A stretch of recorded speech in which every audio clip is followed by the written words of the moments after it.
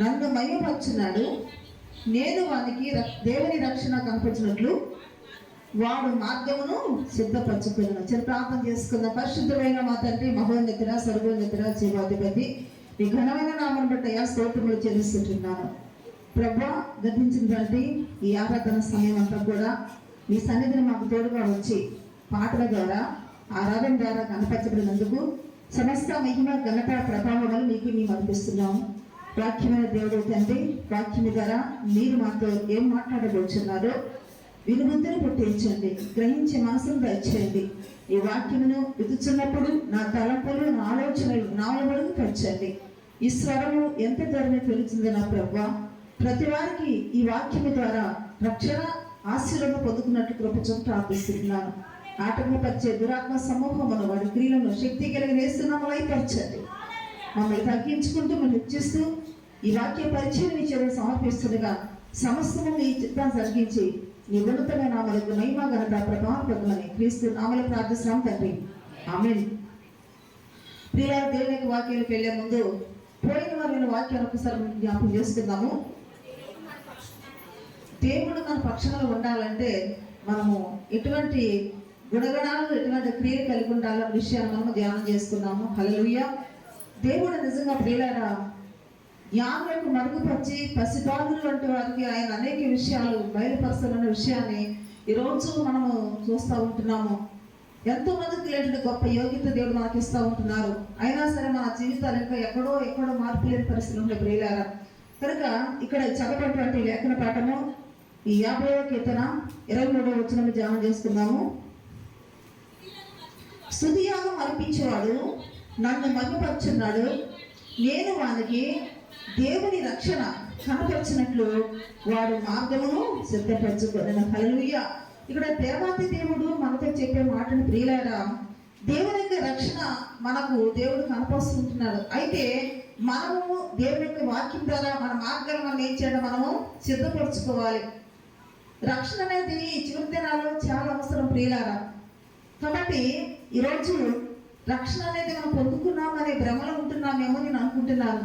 దానికి తగినటువంటి గుణగణాలు, దానికి తగినటువంటి క్రియలు, ఆజ్ఞలు మనము పాటిస్తున్నామా లేదా అనే విషయాన్ని మనం పరిశీలన చేసుకుంటే ఏదో 1-2 మాత్రమే మన జీవితంలో నెరవేర్చుకుంటున్నామేమో నేను అనుకుంటున్నాను ప్రియులారా. అయితే రక్షణ అనేది మన జీవితంలో పరిపూర్ణంగా మనము కొనసాగించేటప్పుడు ఉంటున్నామో లేదో అని వాక్యమైనటువంటి అర్థంలో మనం చూసుకోవడము, సరి చేసుకోవడం అనేది చాలా అవసరం. అందుకే ఇక్కడ 17వ వచనం ఏమంటే దిద్దుబాటు నీకు అసహ్యత. దేవునికి వాక్యం ఏం చేస్తుంది, దాన్ని మనల్ని ఏం చేస్తుంది, దిద్దుతూ ఉంటుంది. దేవుని యొక్క వాక్యమైనటువంటి అర్థం ముందు నిలబడినప్పుడు మన ఆత్మీయ మచ్చ, మరక, డాగు, మన బలహీనత అవన్నీ కూడా దేవుని వాక్యం ఏం చేయాలి, మనకు స్పష్టంగా మనం చూపిస్తూ ఉంటుంది. కాబట్టి అలా చూపిస్తున్నప్పుడు మన ముఖానికి ఏదన్నా మసి ఉన్నదాన్ని అర్థంలో చూసినప్పుడు ఆ పోనీ మసే కదా అనుకుంటామండి. ఏం చేస్తాం, మనము దిద్దుకుంటాము, సరి తీసుకుంటాము, చూసుకుంటాం, ఇది నాకు ఉంటే మంచిది కదని.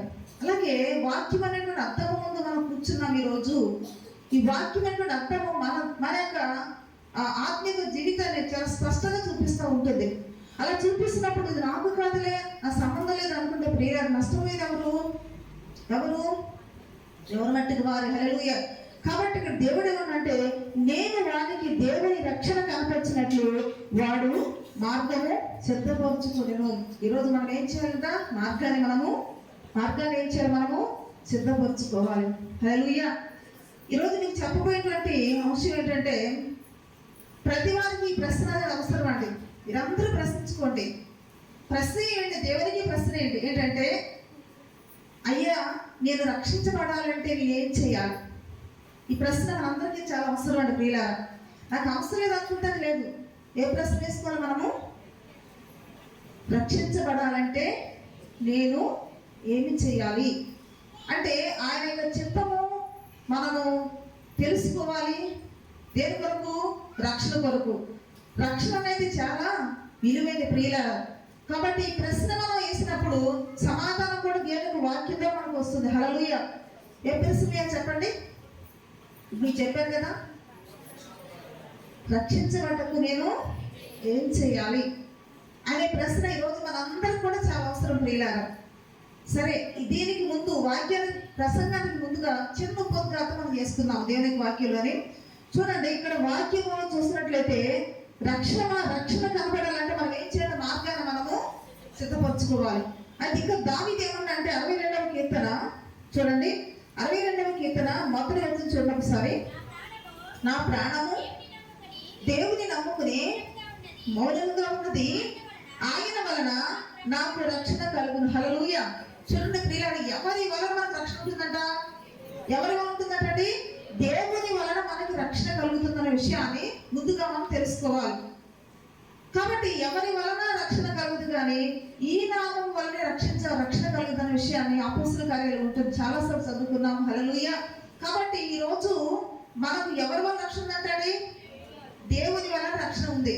ఇంకా మనం చూస్తూ ఉన్నట్లయితే 119వ కీర్తన 150 వచ్చి మనం చూస్తూ ఉన్నట్లయితే 119వ కీర్తన 155 వచ్చి చూడండి. భక్తిహీనులు నీ కట్టడలు వెతుకుటలేదు గనుక రక్షణ వారికి దూరముగా ఉన్నది. హల్లెలూయా. అంటే రక్షణ కొరకు మనం ఏమి వెతకాలి?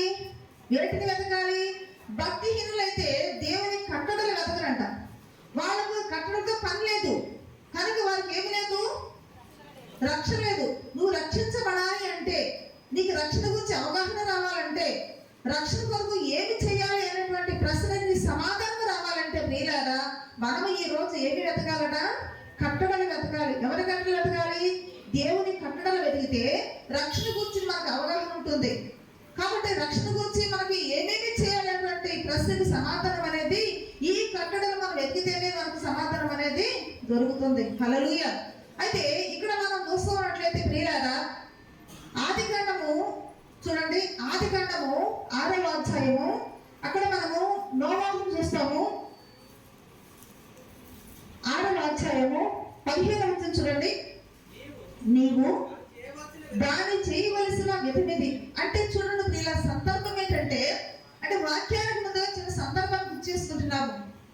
దేవుడు ఇక్కడ భూమి మీద భూలోకం చూసినప్పుడు మానవులందరూ కూడా తమ మార్గాలు చెరిపేసుకున్నప్పుడు, మార్గాలు ప్రతి ఒక్క మనిషి కూడా పాపంలో ఉన్నప్పుడు వీళ్ళు ఎందుకు చేశామన్న దేవుడే పశ్చాత్తాపడినప్పుడు ప్రియులారా, అక్కడ ఉన్నటువంటి వారిలో నీతిమంతుడిగా కనబడే ఒకే ఒక్క వ్యక్తి నోవాహు.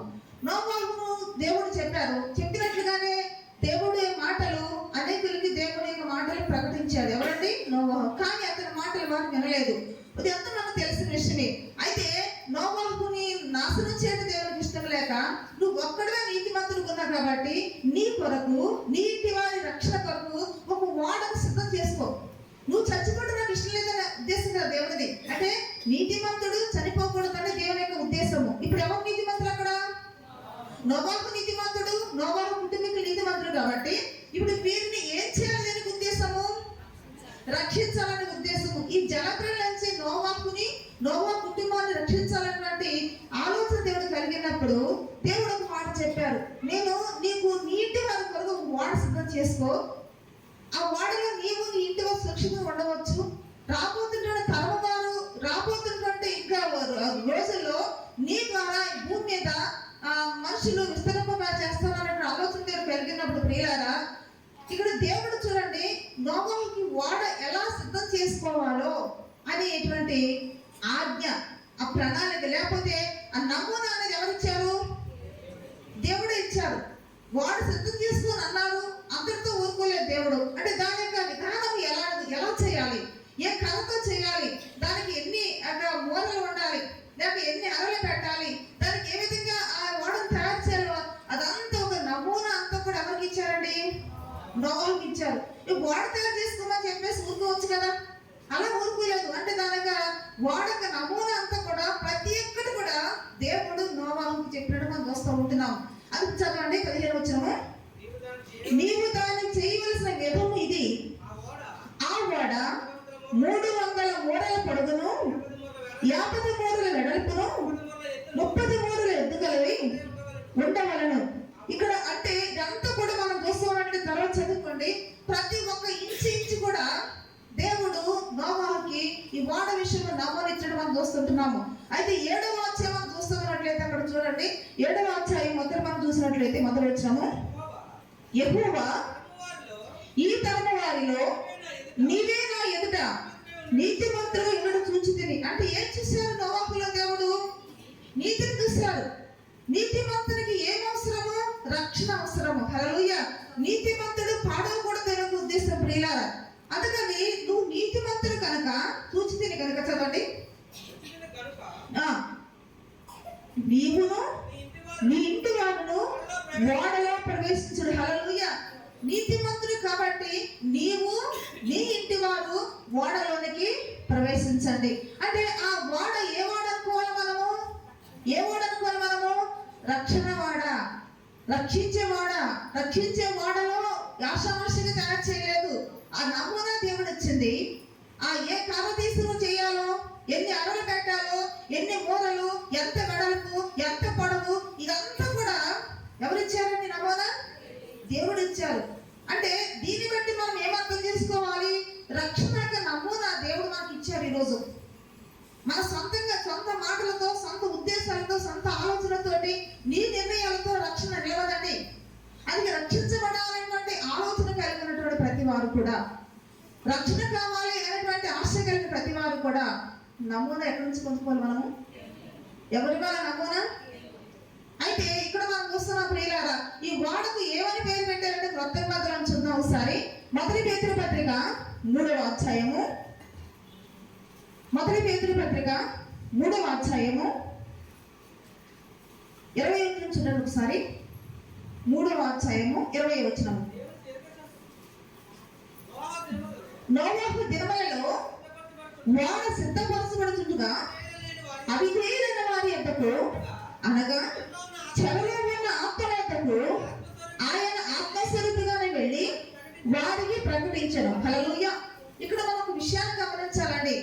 ఆ రోజుల్లో కూడా దేవుడు వారెవ్వరూ నశించిపోకూడదని, నోవాహు ఒక్కడే రక్షించబడాలని దేవునికి ఉద్దేశం కాదు, కానీ అక్కడ ఉన్న ప్రజానికి అంతా కూడా రక్షించబడాలి, ఈ జలప్రలయంలో వారెవ్వరూ నశించిపోకూడదన్నటువంటి మంచి ఆలోచనతోనే వారికి కూడా సువార్త ప్రకటించారు దేవుడు. హల్లెలూయా. ఎవరి ద్వారా ప్రకటించారు? ఆత్మస్వరూపిగానే వెళ్ళి నోవాహు ద్వారా ప్రకటించారు. అలా ప్రకటించినప్పుడు అవిధేయులైన వారు ఆ మాటలను నమ్మలేదంట, ఆ మాటలు విశ్వసించలేదు. దేవుడు ఏంటి, జలప్రలయం ఏంటి, నాశనం అటువంటి ఇదంతా అబద్ధం అనుకున్నారు వారు ప్రియులారా. కారణం ఏంటంటే వారి అవిధేయత దేవుని మాటకు లోపించలేదు. వారి అవిధేయత దేవుని మాటలకు విశ్వాసం అనేది ఉంచలేదు. అందుకనే వారు రక్షణ పొందుకోలేని స్థితిలో ఆ జలప్రలయం వారందరూ కూడా నాశనం అయిపోయారు. అయితే ఇక్కడ మనం కట్టించే వచ్చినాము. ఆ ఓడలో కొందరు, అనగా 8 మంది నీటి ద్వారా రక్షణ పొందిరు. హల్లెలూయా. ఆ ఓడ ద్వారా కొందరు, అనగా 8 మంది ఎవరు వారు? నోవాహు యొక్క ఇంటి వారు. వారు ఏం పొందుకున్నారట? రక్షణ పొందుకున్నారు. అంటే దాన్ని ఏమని పిలుస్తున్నారు ఆ రోజు? ఈరోజు ఏమని పిలవాలి ఆ ఓడను? రక్షణ వాడ. హల్లెలూయా. నోవాహు ఇంటి వారు రక్షించినటువంటి రక్షణ వాడ ఆ రోజు దేవుడి నమూనా ప్రకారం చేయబడింది కాబట్టి ఆ కుటుంబం రక్షణలోకి వచ్చింది. ఈ రోజు కూడా పాపంలో ఉన్న మనము, నశించిపోతున్న మనము, ఈ నరకాగ్నికి వెళ్ళిపోతున్న జీవితంలో ఉన్న మనము కూడా రక్షించబడాలి అంటే మనకు కూడా దేవుడు ఒక రక్షణ నమూనా దేవుడు అనుగ్రహించేసి ఉన్నారు. హల్లెలూయా. ఈరోజు ఓడను తయారు చేసుకోమని దేవుడు చెప్పలేదు, కానీ దేవుడు రక్షణ కొరకు ఏమేమి చేయాలో ఆ విధానము దేవుడు మనకు చెబుతున్నప్పుడు అది మనం చేయాల వద్దా? దేవుడు చేయాల వద్దా? కానీ ఈరోజు రక్షణ కొరకు మనుషుల ప్రణాళికలతో, మనుషుల యొక్క ఉద్దేశాలతో, మనుషుల యొక్క ఆలోచనతో వాళ్ళకి నచ్చిన విధంగా బ్రతుకుతూ నచ్చిన పనులు చేస్తూ ఉంటే రక్షణలో మనకు వస్తుందంటారా? నోవాహు దేవుడా ఇవన్నీ నేను చేయలేను, నాకు ఇష్టమైన నాకు అనుకూలంగా చేస్తాను అనుకుంటే ఆ కుటుంబ రక్షణకు వచ్చేదా? ఏమంటే చిత్సారు ఎవరు తీసుకొస్తారు ప్రభా, ఇక్కడ ఉన్నటువంటి చుట్టుపక్కల కర్రలతో చేసేస్తాను అనుకుంటే ఎలా ఉండేది అనుకుంటారు? లేకపోతే అన్ని అరలేని పెట్టలేను, నాకు నచ్చిన విధంగా అరే పెడతాను అనుకుందాం అని ఒకవేళ నోవాహు అనుకుంటే ఆ కీలు పుయ్యలేను, అదంతా చేయలేను, ఏదో ఓడను తయారు వెళ్ళిపోతాను, సులువుగా ఈజీగా తయారవుతుంది అనుకుంటే ఆ రోజు ఆ 8 మంది రక్షణ వాళ్ళు బ్రతికేవారా? ఏమంటే బతికేవారా? కానీ దేవుడు ఏది చెబితే చెప్పాలి మీరు, అదే చేశాడు. ఎవరండి? నోవాహు. మరి ఈ రోజు దేవుడు ఏది చెప్తున్నారో అది నువ్వు చేస్తున్నావా? అలా చెయ్యాలంటే ప్రియులారా రక్షణ కొరకు ఏమి చేయాలో అది హల్లెలూయా. అందుకని ఇంకా మనం ఇంకొక మాట చూసి వాక్యానికి వెళదాం. చూడండి, హెబ్రీయులకు రాసిన పత్రిక 11వ అధ్యాయము చూడండి ఒకసారి. హెబ్రీయులకు రాసిన పత్రిక 11వ అధ్యాయము 7వ వచనం చూద్దాం ఒకసారి. విశ్వాసమును బట్టి నోవాహు అది వరకు చూడని సంగతుల గురించి దేవుని చేత హెచ్చరించబడి, హల్లెలూయా, ఏం చేయబడ్డాడు ఇక్కడ చూడండి ప్రియులారా, దేవుని చేత హెచ్చరించబడ్డాడట. ఈ రోజు ఏ దేవుడైతే అక్కడ నోవాహుని హెచ్చరించి ఉన్నారో, ఈ రోజు నిన్ను కూడా నన్ను మనందరూ కూడా దేవుడు తన వాక్యం ద్వారా రక్షణ కొరకు సిద్ధపాటు చేసుకోమని ఏం చెప్తున్నారు, ఆయనల్ని హెచ్చరిస్తున్నారు. హల్లెలూయా.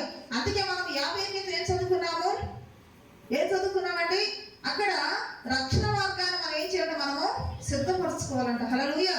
రక్షణ మార్గాన్ని మనము వాడి మార్గమును సిద్ధపరచుకుంటానంటున్నాడు. అయితే ఇది ఒక హెచ్చరిక.